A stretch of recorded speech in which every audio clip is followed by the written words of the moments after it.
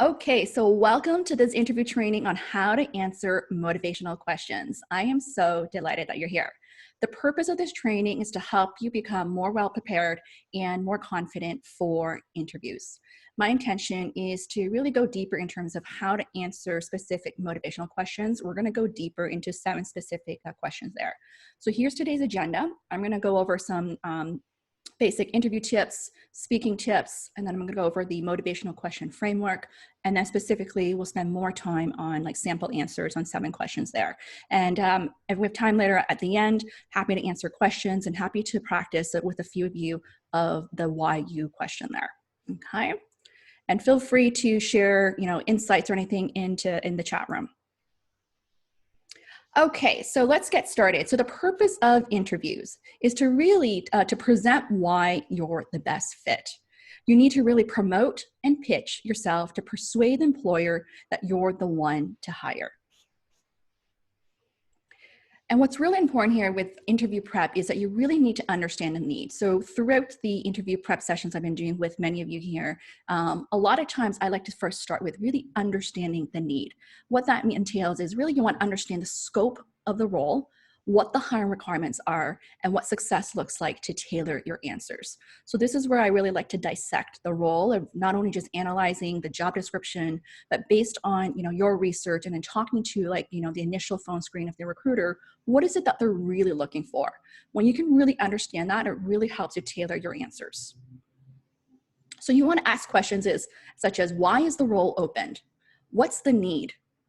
What does the employer want and care about? You really want to think from the employer's perspective and get into their head. This is really that first step. A lot of times I would say when it comes to interview prep, most people tend to just focus on their own answers.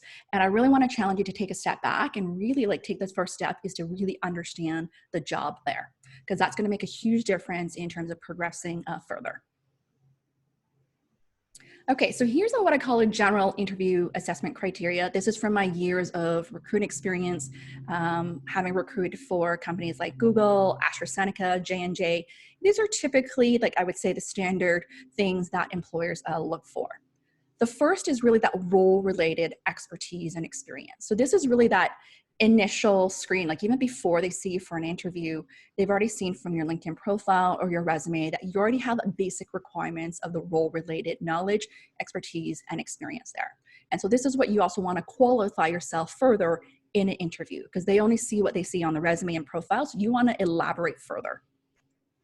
Second is really that performance and potential. So this is going back to highlighting why you're a great performer or high performer, or that you're a high potential candidate.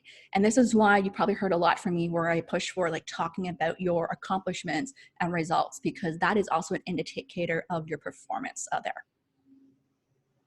The third piece is really the leadership and communication skills, right? Across most roles, a lot of times, whether you're in a leadership role or not, they are assessing your leadership capabilities and your communication skills. I know when I was recruiting at Google, one of the core criteria was on leadership, whether you have a title or not. It's all about how you demonstrate proactiveness, taking initiative, being resourceful, identifying opportunities there. The next is the cognitive ability. So this is the one where a lot of times people get stumbled upon or get stressed. It's really about your critical thinking skills, your problem solving skills. These are questions where they may test your approach, your way of thinking, how you solve problems. So when I was at Google, this is actually one of the criteria, they tend to ask a lot of problem solving questions that required numbers, quantitative analysis, tell me a time, how many people are on the internet at any given time? How would you figure that out? So that is part of looking at how you approach problems if you're going for say a quantitative type of a role there.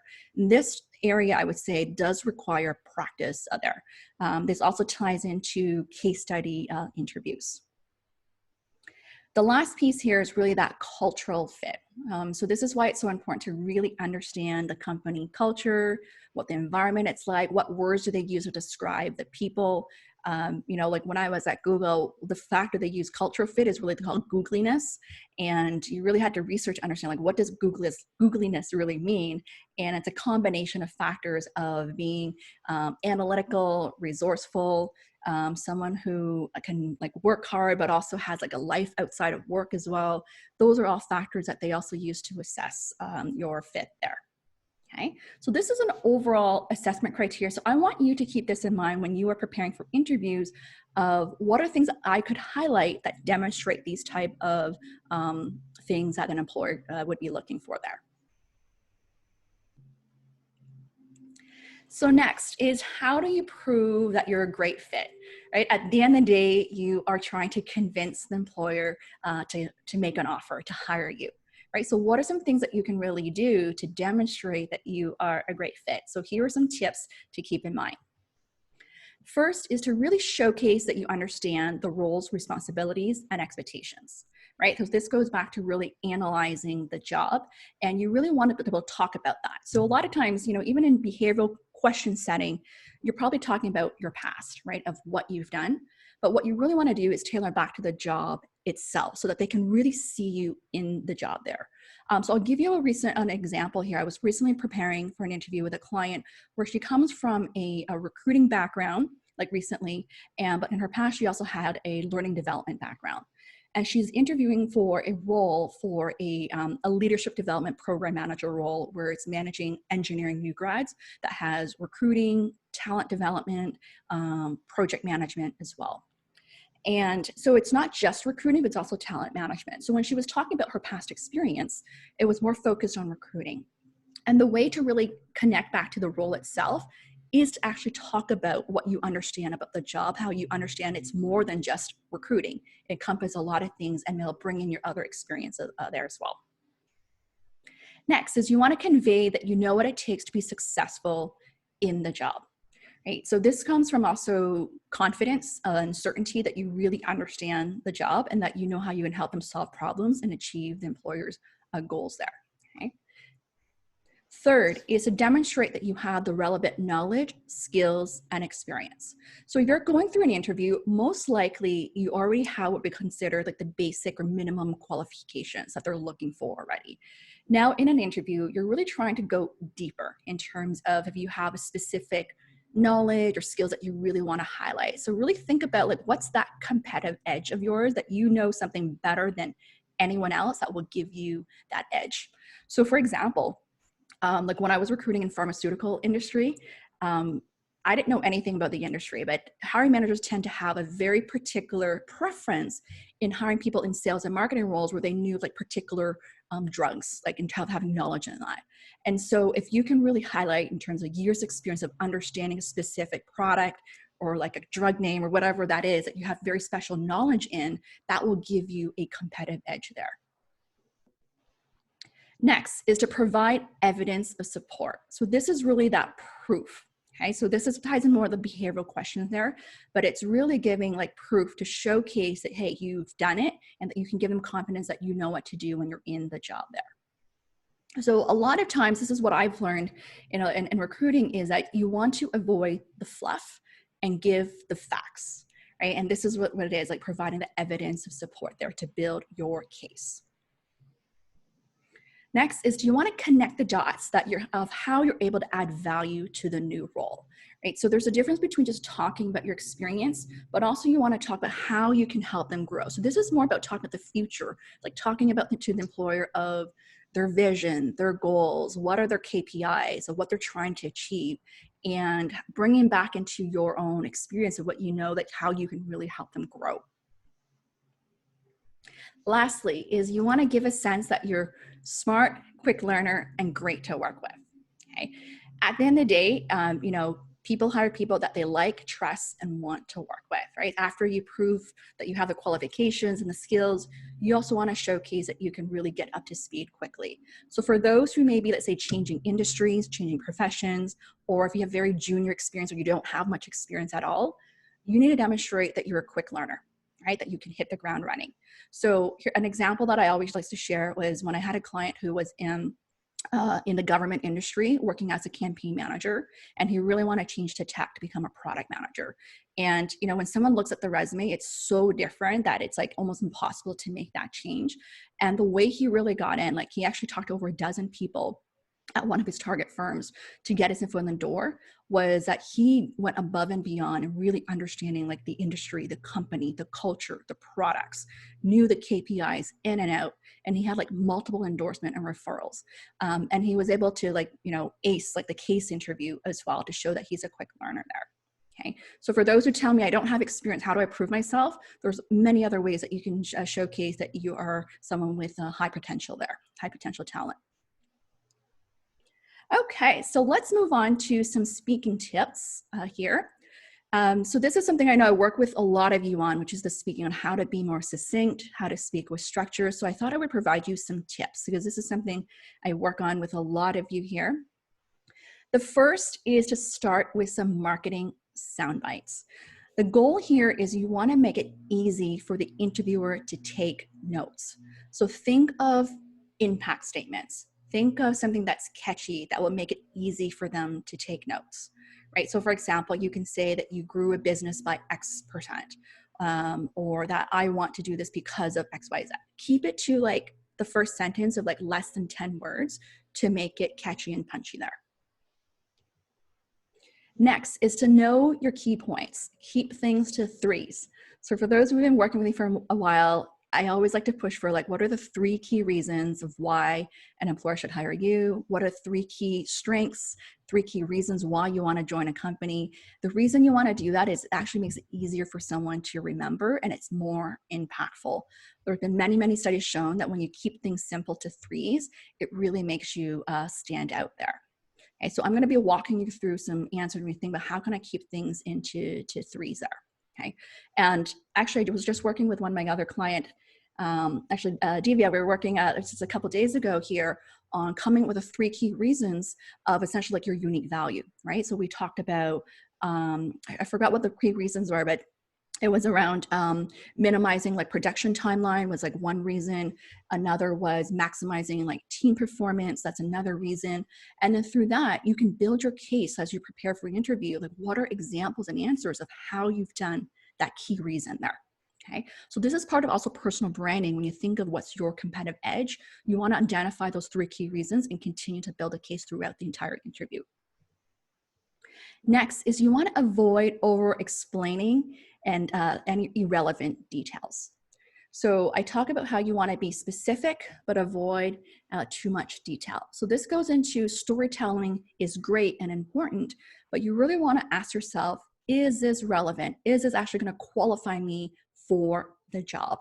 So you want to drop things like if you're telling a story around like a background story with someone of like he said, she said, those are the irrelevant details. You want to focus specifically, what did you do? What were the challenges? What was the outcome? Those are things that you really want to get to the point there. Next, it's all about getting to the point, bottom lining your message.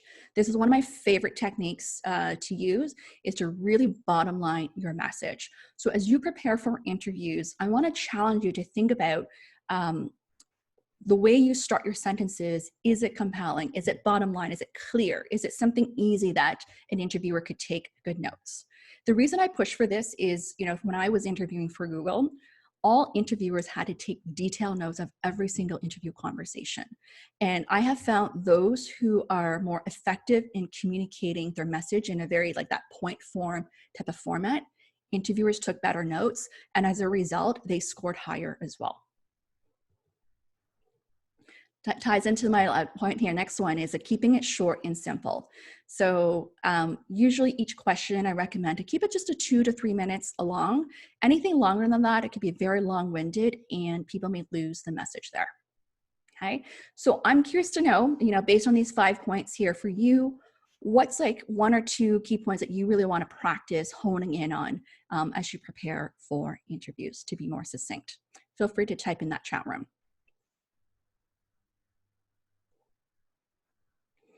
Okay, so moving on is how to speak with structure. So this ties into being succinct because when you speak with structure, it also makes it easier for the interviewer to follow. First is to pause and think about what you want to say. Okay, a lot of times we may have a tendency that we need to respond to a question when the interviewer asks, but the way you want to do it is actually take the moment to actually pause and think, because it actually shows that you are being thoughtful with your answer, and it's actually allowing you to structure your answers more effectively there. Second is to apply a framework or a methodology. Okay, so this is where I'm going to walk you through the framework for motivational questions, and I'll go through that deeper from behavioral questions in my next training as well. But when you do this, you are also training your audience, the interviewer, to take better notes. Third is to answer the question. Start with guiding words. So one of the technique is that you can just basically reframe the question that was asked and start that as a sentence there. So that way, that also shows that you have listened to what the question was, or start with guiding words such as a problem I faced was, or a challenge I faced was. So you're guiding the person of what you're trying to tell them there. Give context to set the stage. So this is really going back to the storytelling piece. The reason why this is important in setting the stage or the context piece here is that it helps people understand the scope or the significance of the situation that you were in or the problem that you were faced with. How big was it? How complex was it? Okay. So you really want to paint that picture so that they can actually also imagine and visualize that in terms of those challenges faced there. Next is to be consistent with the way you speak, right? This goes back to a bit having your own style of communication. When you have that, this goes back to making it easier for the interviewer to take notes there, okay? All right, so tell me, if I type in the chat room here, like which point here really resonated with you? Let me just check right now of what some of you wrote. Chris said, bottom lining, something you wanna work on, great. Vivek, over-explaining and bottom line. Yes, they go hand in hand, right? If you have a tendency to over-explain, the key technique here is to bottom line, okay? I don't know if you heard of this story that I had another client last year. He was in engineering and he was getting tons of interviews not closing. And when he had the interview with Amazon, he hired me to work with him. And one of his challenge was over explaining things, like over complex. And we really worked on that main technique of bottom lining his messages. Like his resume was way too long. And so I really pushed him, like, what's your key message there? And it made such a huge difference, like just after 2 sessions, that like he was able to close the deal there. So this is something that it's so important there. Okay, awesome. So Graham said, applying a framework. Yes, think of the best examples. Awesome. Okay, Chris talked about my issue is consistency. My last interview was in person, it made a huge difference. Okay, yes, here's for you, because I know, Chris, like you're really great at connecting with people. And the key is consistency is also about, like, you know, how you want to talk or how you want to approach like a questions there. Good. Phyllis, I have a question here. If the interviewer is looking for a different answer, what do you do? That's a great question. I think this is where, if you know they're looking for a different answer, you probably want to clarify, or they may ask you clarifying questions to give you an idea of what they may be looking for. Like I tend to do this as well, even as a recruiter or an interviewer. If I'm not getting, let's say, enough information, I'll ask more probing questions. And that should be your clue that you need to elaborate further on that point that they're asking you. Okay, so just pay attention to clues of what they are asking. Now, if they don't say anything, but their body language is telling you, let's say they're raising an eyebrow, or they may be, they're not really attentive to listening, you may want to ask them, is there anything I could clarify or explain further there?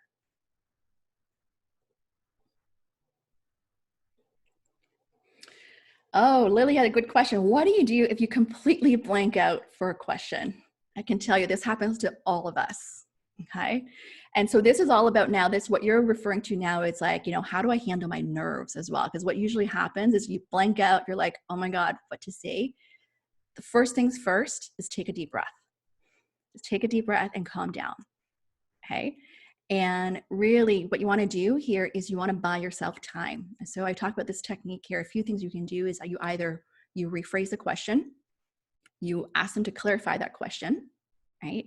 And then you can ask them to clarify, is this what you're looking for? Just to buy yourself a little bit of time there, okay?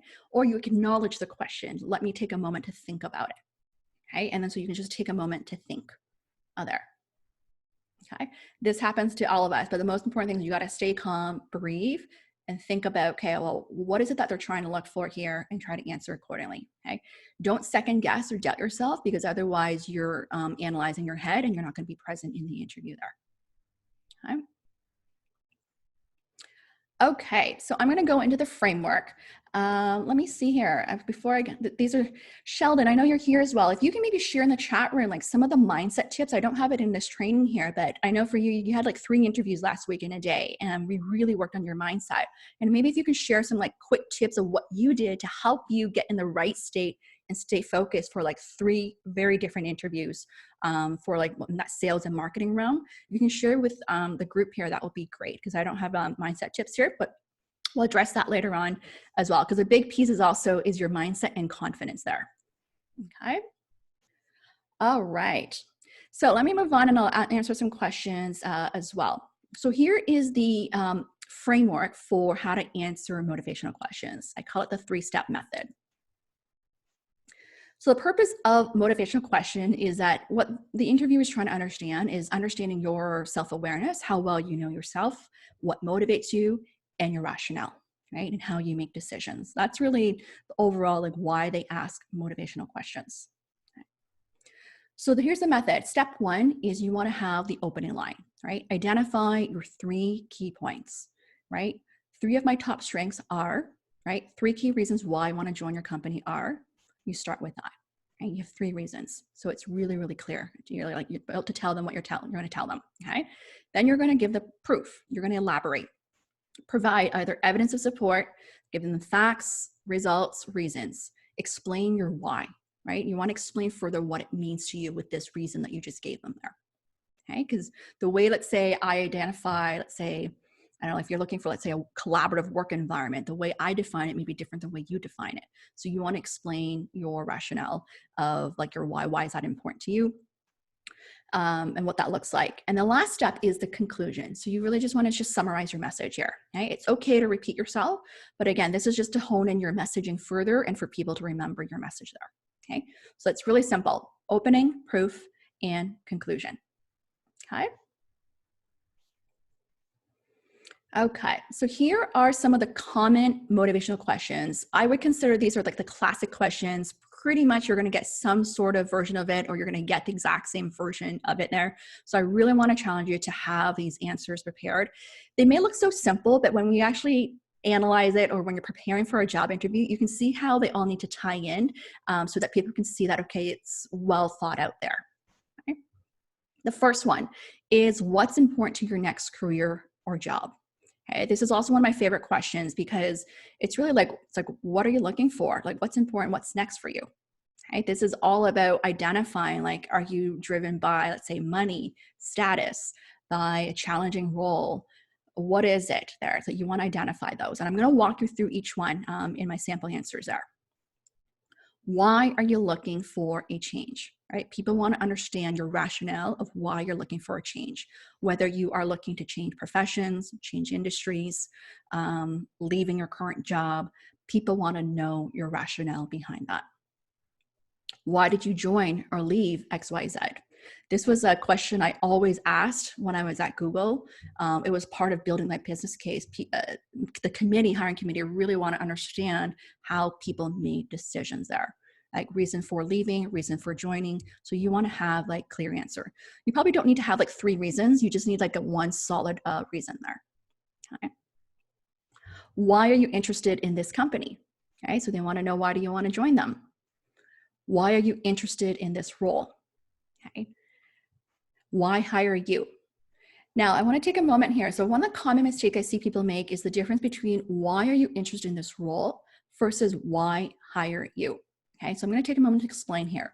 Why are you interested in this role is really explaining more about your desires and motivation and interest, right? So it's like, why do you really like this opportunity? So you want to use words like I like, I'm excited. Whereas why hire you, it's more a pitch message where I can help you with this, or I'm confident in doing this. So it's more qualifying yourself. Whereas the why are you interested in this role is you are talking specifically about this job and what do you actually understand about it there. And then lastly, tell me about yourself. Okay.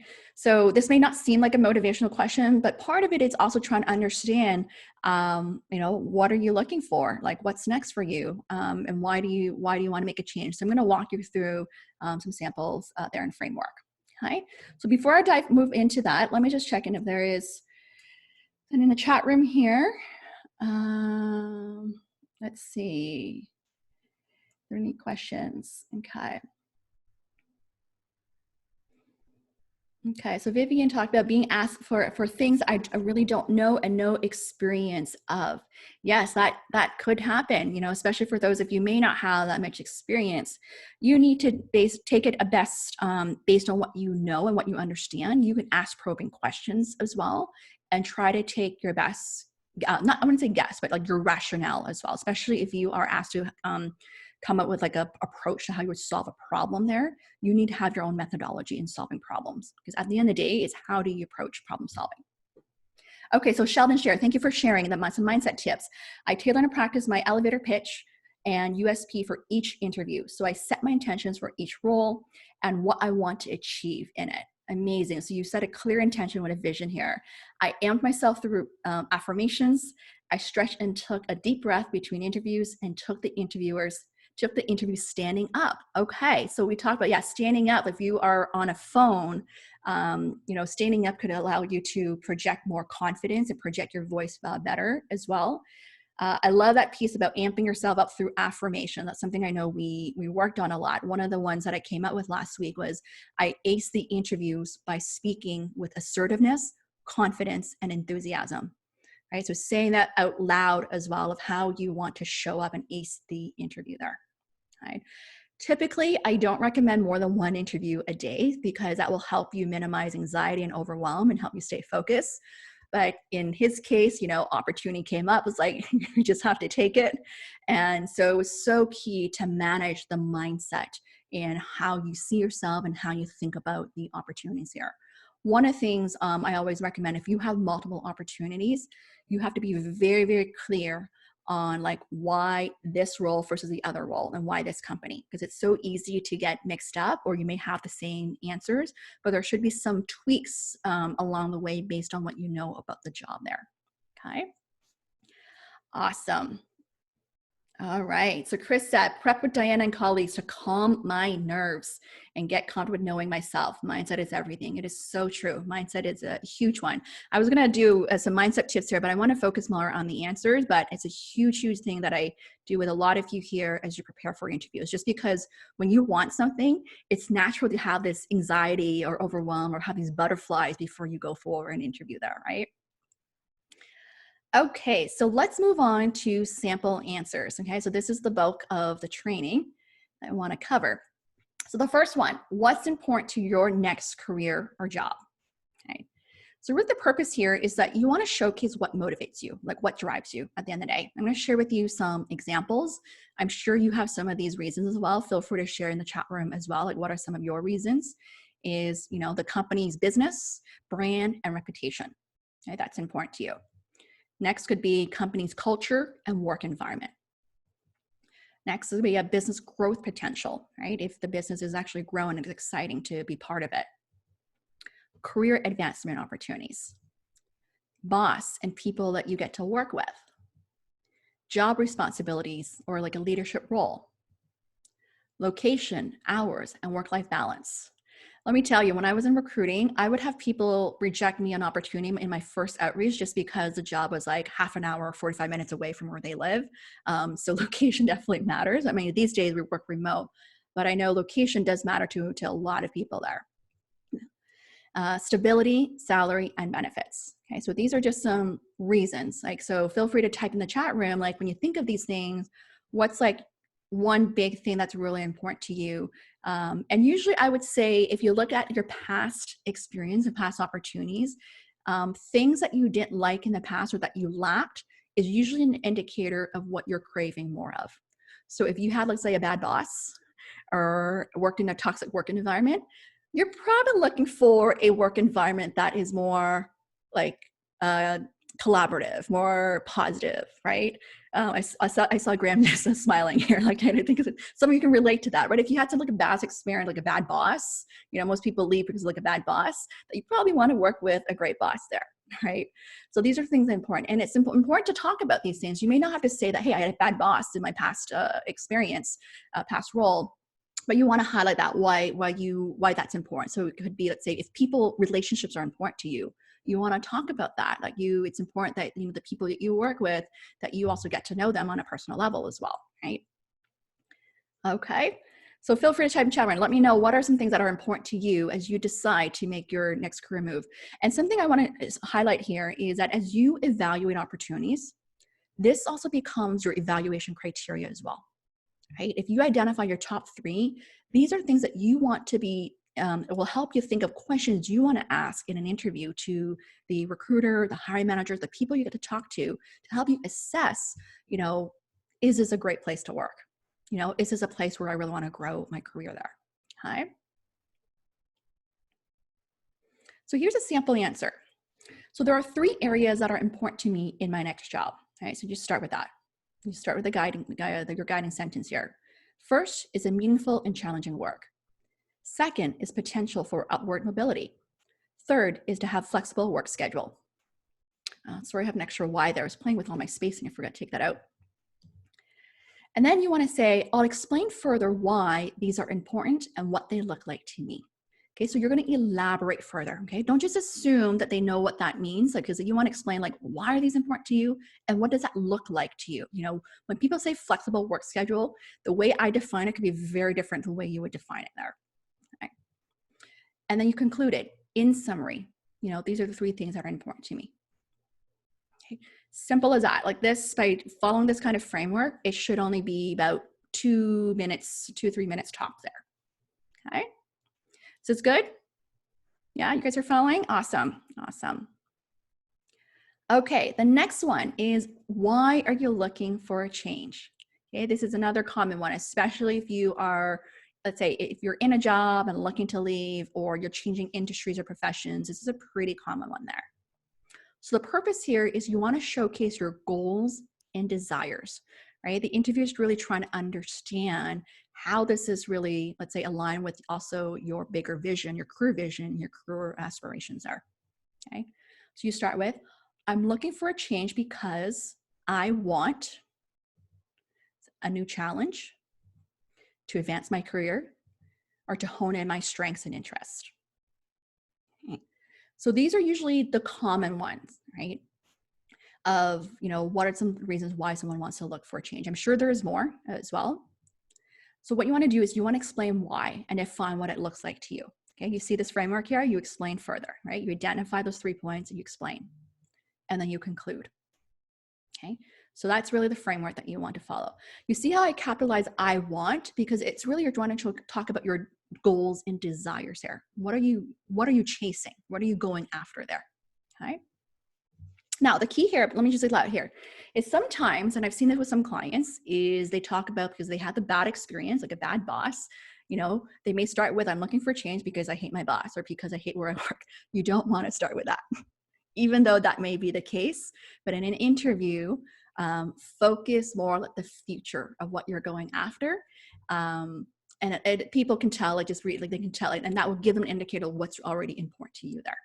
Okay, because what could happen, and I've seen this with some clients, is that if you start with a negative experience, it's so easy to go into, like, down that rabbit hole.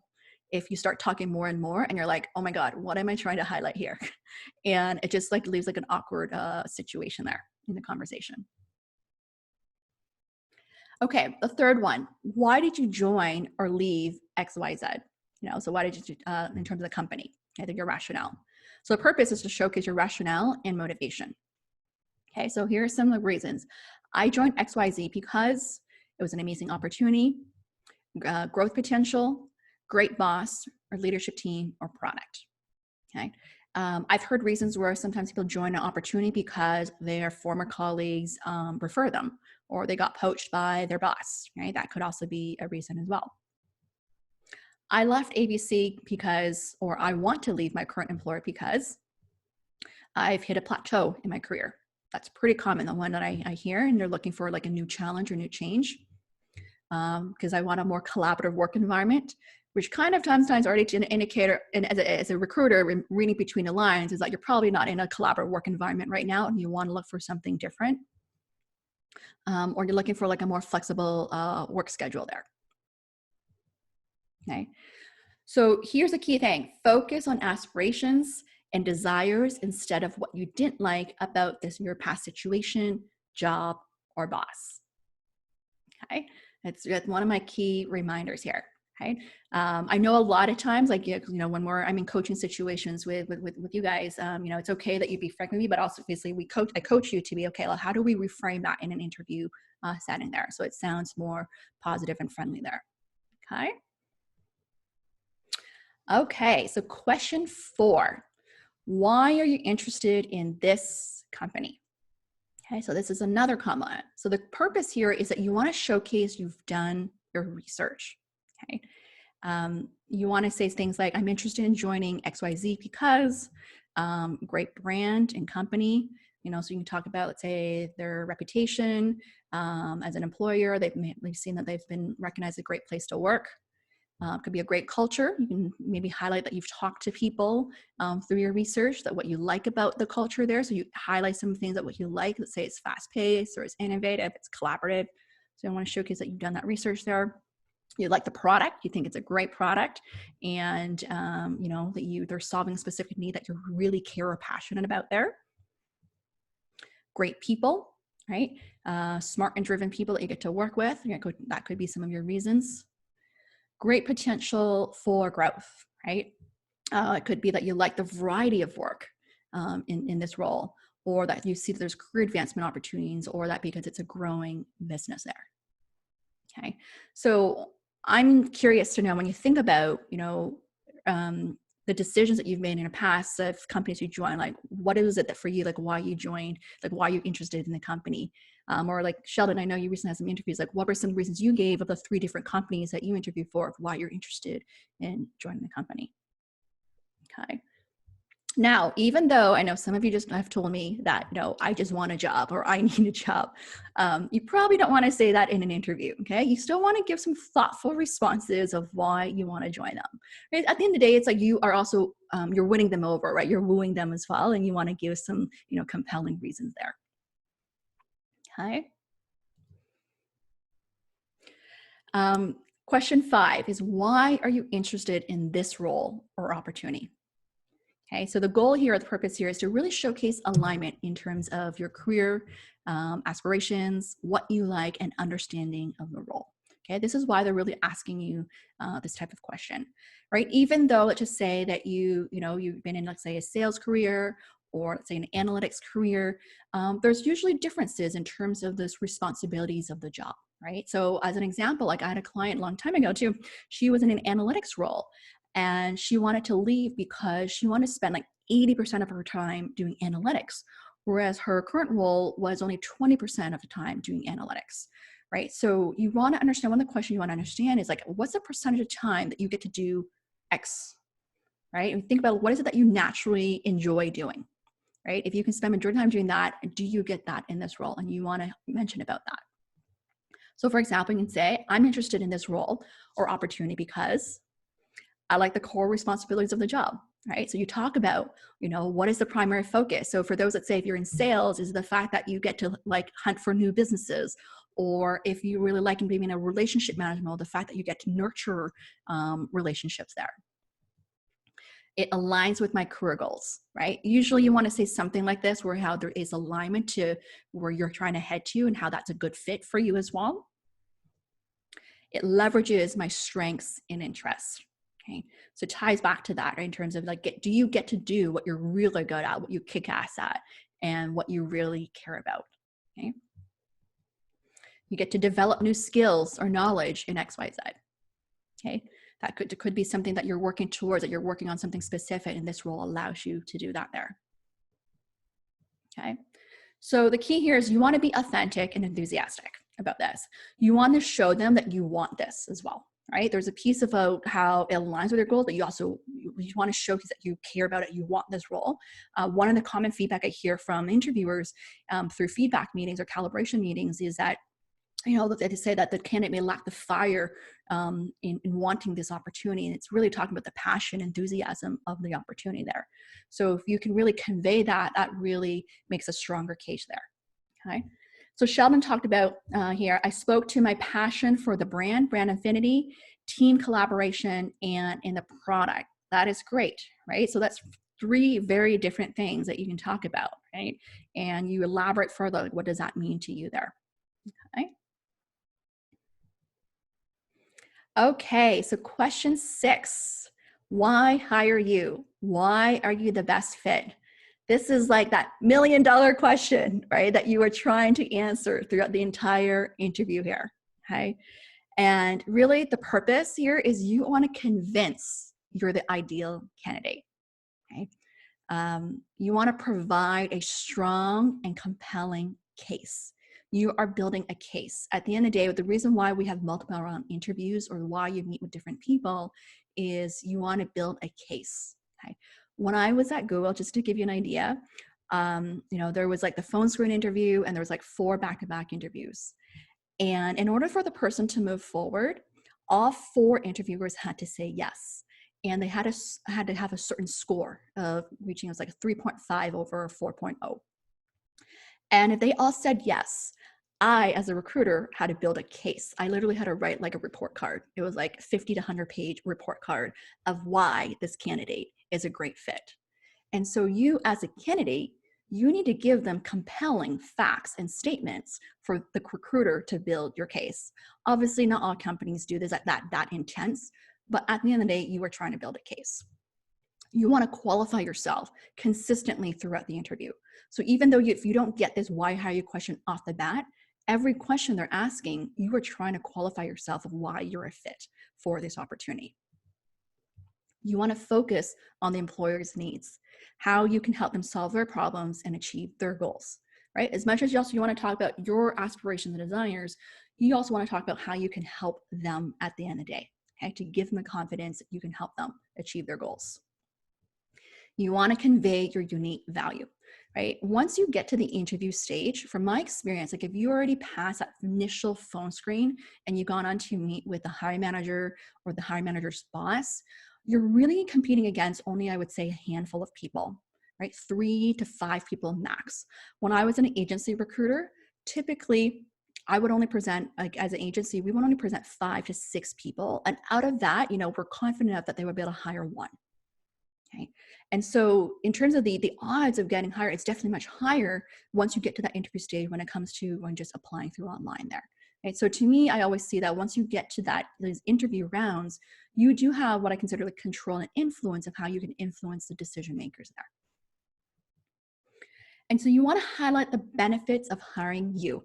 So what? Like, what are really the benefits of hiring you there? So one of the common things that I notice, and it's also, I would just say that because we're just not used to it, is really highlighting those benefit statements of why someone should hire you.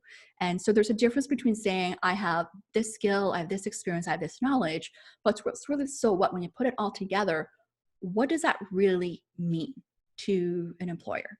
Right? So I'm going to share with you some benefit statements that you can consider, and everyone's different. So you need to also analyze your own job, the area that you're in, to help you think about what are really the benefits of hiring you there. So here are some examples of benefit statements.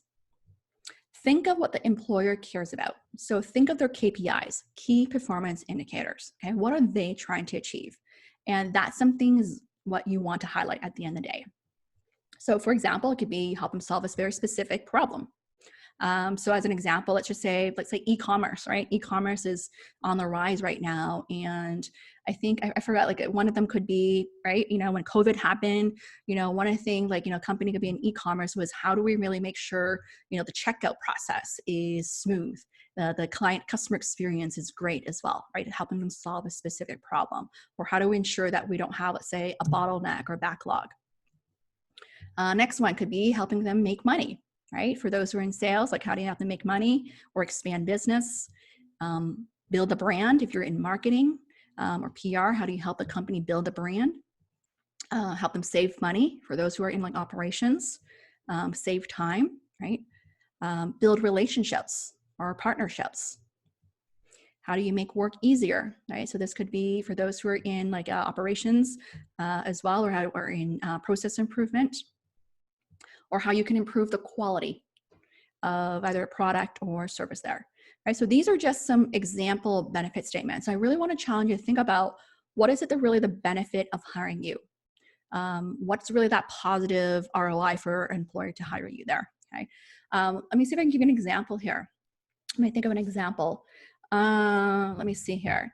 So when I was, so last year when I was, or a year before when I was interviewing for a career advisor role at a university, they were looking for a career advisor who can coach new grads, MBA students, and to get hired into companies. So one of the thing was that one of their challenge or problems they faced was they've been growing at a much faster rate than university. Okay. So what's happening was that one-on-one model of coaching was not as effective anymore. And so how can we really serve more people? And so I talked about how I've been doing webinars where I'm able to serve like more students there. And at that time, no career advisor there did any webinars because they were afraid of the technology. So I actually talked about how I've done like dozens and dozens of webinars to hundreds of people. And they actually also had a campus in India. And so how can we really serve that market given the time zone difference as well? So I talked about how I can also do recorded training and webinars. Okay, so I talked about that. The other thing that was important to them was to increase their like the rankings of the university, which is really important for a business school to increase their rankings. And one of the ways to do that was to get more students get hired into more top employers, top companies, right? So I would talk about how my track record of helping people get hired into these top companies there. And so that gave them confidence. And I actually built a case where I gave them like samples of case studies of people that I've helped hired in companies as well, and how I had connections to these employers as well. Okay. So the key here was that I really took the time to understand the job, like what they're trying to achieve, what their challenges were and pain points. And I would actually talk about them. Like I would face them and talk about how I can help them. Besides just talking about, oh yeah, I'm a career coach, I work with a lot of people, but I would talk about things that are actually the pain points that they're currently facing there. Okay. So when you can do that, that's how you're really going to differentiate from your competitors. Okay. Same as when I was interviewing for LinkedIn as a relationship manager, one of the hurdles I knew, and this is where you also want to understand, like, what are those potential rejection points of why someone want to reject you? I knew I did not come from a traditional sales background. I came from, marketing, recruiting, consulting. And so it was not a typical sales profile. And the recruiter told me that, that the managing director will drill me on that of like, how can I be successful in sales? And so the way I approached it was I really tried to understand like what's important to them. Was that, that time it was selling the LinkedIn recruiter talent solution there. And I talked about how I, as a user in recruiting, I knew the product in and out, and I understood the challenges in HR and recruiting and how I'm able to connect with essentially the customers on a more personal level because I've worked in recruiting and HR there. So that really built the case there. I also talked about, because one thing they were concerned about was I never carried a quota, because if in sales, you would have a quota there. So the way I translated that was I talked about my recruiting experience when I was recruiting for executive MBA program. Instead of talking about recruiting, I talked about how I generated over $10 million for the school, right? Each candidate was actually like a $100,000 program, and how I recruited over, 100 people to that, equivalent to $10 million there. And so that gave the confidence that, that I could do sales as well. So for those who are in that, what I call industry change or profession change, you need to connect the dots for the hiring manager, okay, of how you could be successful in the role. Because they aren't going to see it. They're like, this is not the typical profile, is it worth it? And so you have to build that case. You have to be confident and believe in yourself. Okay. So one of the things I say a lot is nothing has meaning except the meaning you give it. So in an interview, if you can be convincing enough, you can convince the interviewer of why hire you. Okay. I know this was a little bit long-winded there, but that's an important one. So features tell, benefits sell. So for those in sale, you understand that. It's like features tell, benefits sell. So the features are like your strengths, your skills, your knowledge, and your experience.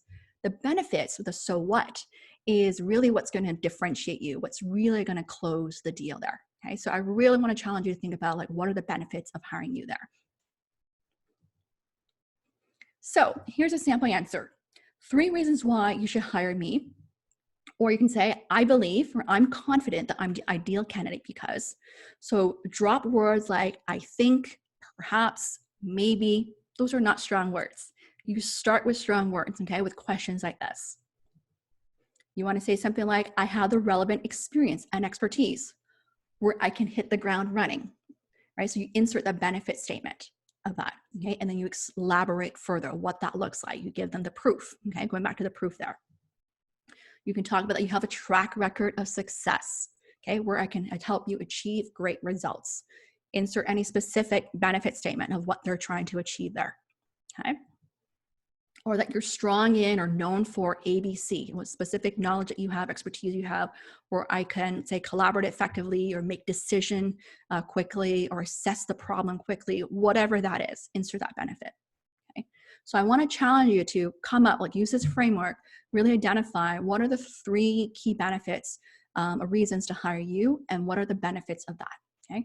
And when you think about this, if you have these, let's say 3 reasons, pretty much your entire interview, you are trying to prove these things. Your entire, like throughout all the entire interview, you're trying to prove these points. Like this becomes your theme, your brand of what you want people to remember about you.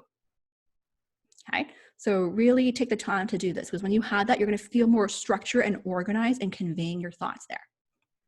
Okay, this is good? Yeah? Okay, good. Awesome. All right, last one. Tell me about yourself. So this is one of the questions I always love to practice with all of you there, which is really your elevator pitch, okay? I like to call it your glowing introduction. So this is what I call it, using like that 6 Ps framework.